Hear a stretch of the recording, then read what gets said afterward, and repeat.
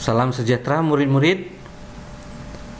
Cikgu berharap agar murid-murid dan keluarga dalam keadaan baik-baik saja, sehat walafiat, dan terhindar daripada sakit ataupun penyakit yang sekarang ini yaitu COVID-19. Oke, tajuk kita pada hari ini cikgu ingin beri penerangan tentang pencaran biji benih ataupun buah. Sebelum itu cikgu ingin terangkan apa maksud pencaran. Pencaran adalah satu cara bagaimana tumbuhan memindahkan biji benih ataupun buah daripada satu tempat ataupun daripada pokok induk ke tempat lain. Cikgu akan terangkan apa tujuan dia lah. Yang kita tengok yang ini. Apa tujuan pencaran biji benih? Untuk mengelak daripada berlakunya persaingan. Nanti cikgu akan terangkan bagaimana pencaran biji benih dapat mengelakkan persaingan.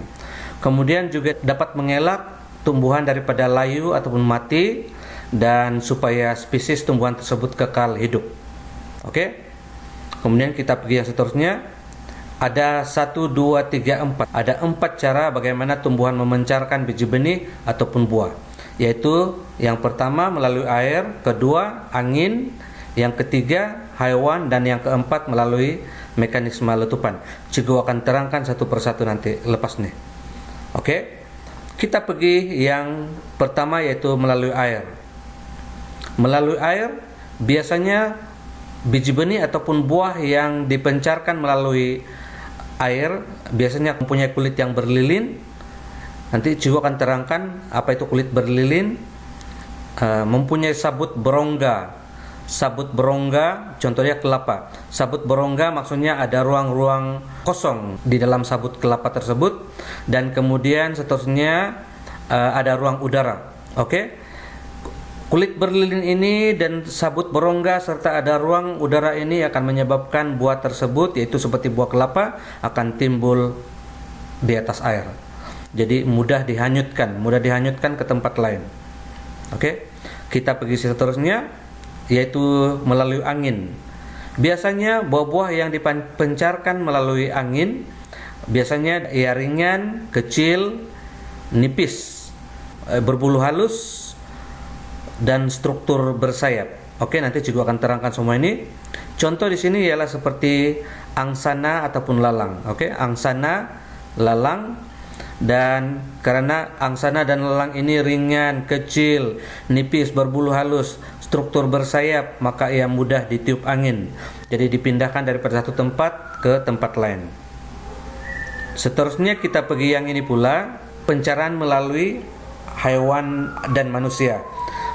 Yang kita tengok sini warna menarik. Nanti juga akan terangkan kenapa apa perlu ini warna menarik. Boleh dimakan, rasa manis, bau harum, ataupun yang biji benih ataupun buah-buahan lain seperti biji keras bercangkuk. Contoh buah tumbuhan yang diberikan di sini adalah seperti buah rambutan, tembikai, dan pepulut. Nanti juga akan terangkan apa semua ini. Dan kemudian yang terakhir sekali, pencaran biji benih ataupun buah melalui mekanisme letupan. Buah ini apabila biasanya buah ataupun biji benih dia berbentuk pod. Berbentuk pod ataupun lenggai ya. Lenggai kering. Apabila ia kering, maka ia akan merekah dan akan meletup. Contoh di sini buah kembung, biji getah, semarak api, kacang bende. Nanti cikgu akan terangkan satu persatu, tunjukkan gambar satu persatu semua tentang ini. Kita pergi yang seterusnya.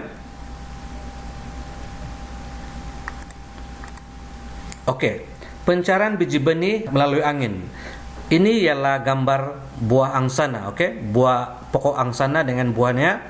Tengok, ada struktur bersayap. Ini disebut sebagai struktur bersayap. Yang kuning ini atau coklat ini yang sudah matang, manakala ini yang masih muda ataupun masih mentah lah. Ini struktur bersayap, dan struktur bersayap ini sangat nipis dan mudah diterbangkan dengan angin lah. Saya percaya adik-adik pernah nampak ini. Biasa ada di tepi-tepi jalan ataupun mungkin ada di halaman rumah adik-adik. Kemudian ini ialah pokok meranti dengan buah. Ini pun tengok ada struktur bersayap, dia boleh diterbang, dia akan berputar-putar. Apabila dia tanggal daripada tangkai pokok induk, dia akan berputar-putar dan akan diterbangkan jauh daripada pokok induk. Kemudian sampai di tempat lain, bila suhu sesuai, keadaan sesuai, lembab, cahaya matahari pun oke, maka dia akan bercambah untuk menjadi pokok baru. Oke, dan yang lalang ini pula, lalang berbulu halus. Oke, lalang ini biasa kita nampak. Lalang berbulu halus, kalau kita ambil ini bunga dia ini, kita letak di telapak tangan, kita tiup, dia akan berterbangan. Oke. Kemudian seterusnya kita pergi pencarian biji benih melalui air. Oke. Ini ialah buah kelapa. Inilah yang cikgu sebut tadi, ia mempunyai kulit yang berlilin.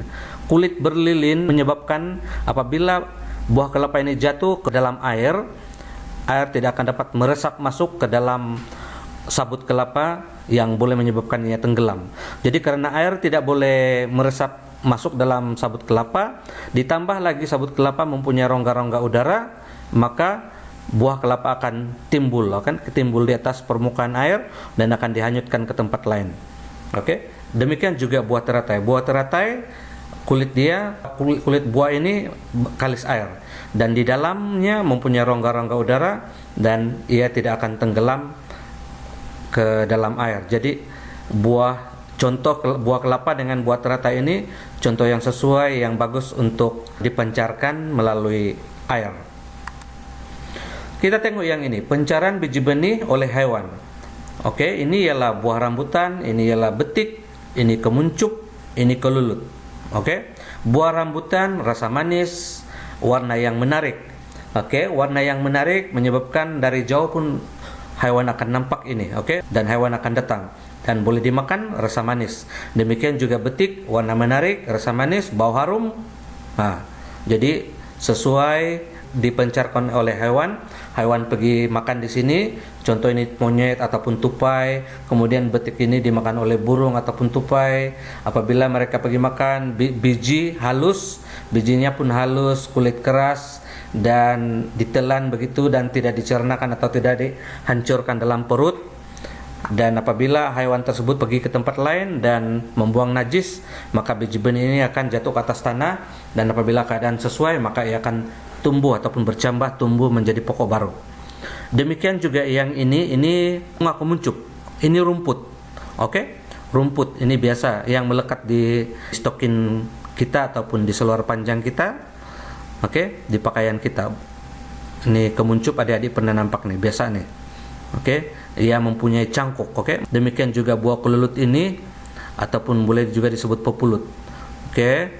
Mempunyai cangkuk menyebabkan cangkuk ini akan melekat di kain kita, di celah-celah benang-benang kain kita, menyebabkan ia tidak tanggal. Kemudian sampai ke satu tempat yang lain, dia akan tertanggal dan tumbuh menjadi pokok baru. Kemudian yang ini pula pencarian biji benih melalui mekanisme letupan. Ini ialah buah getah, adik-adik pernah nampak ini? Oke, buah getah dia berbentuk pod. Ini disebut berbentuk pod ataupun lenggai. Dia akan mengering dan kemudian merekah. Bila merekah dia akan pecah dan dia akan meletup. Dan biasa kedengaran letupan dan biji akan diletupkan jauh atau tersebar jauh daripada pokok induk. Demikian juga ini pokok kembung. Ini cikgu percaya adik-adik biasa ataupun suka bermain dengan ini, picit begitu dan dia akan menggulung begini dan biji benih akan terpelanting keluar lah. Oke? Ini ialah buah petai, demikian juga dia berbentuk pod, demikian juga kacang parang ini. Oke. Kepentingan pencarian biji benih. Coba kita tengok apa kepentingan pencarian biji benih. Pertama, ia memastikan kemandirian spesies tumbuhan. Oke? Apa itu kemandirian spesies tumbuhan?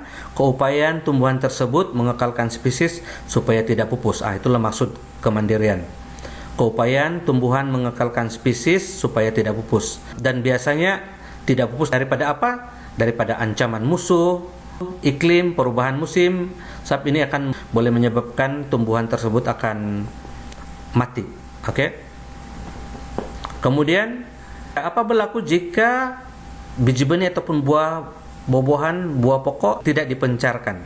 Ia akan menyebabkan tumbuh banyak di satu tempat Sebab tidak dipencarkan, maka apabila itu buah gugur, buah ataupun biji akan gugur dekat dengan pokok induk, jatuh di bawah saja. Jadi semua akan tumbuh, menyebabkan keadaan sesak.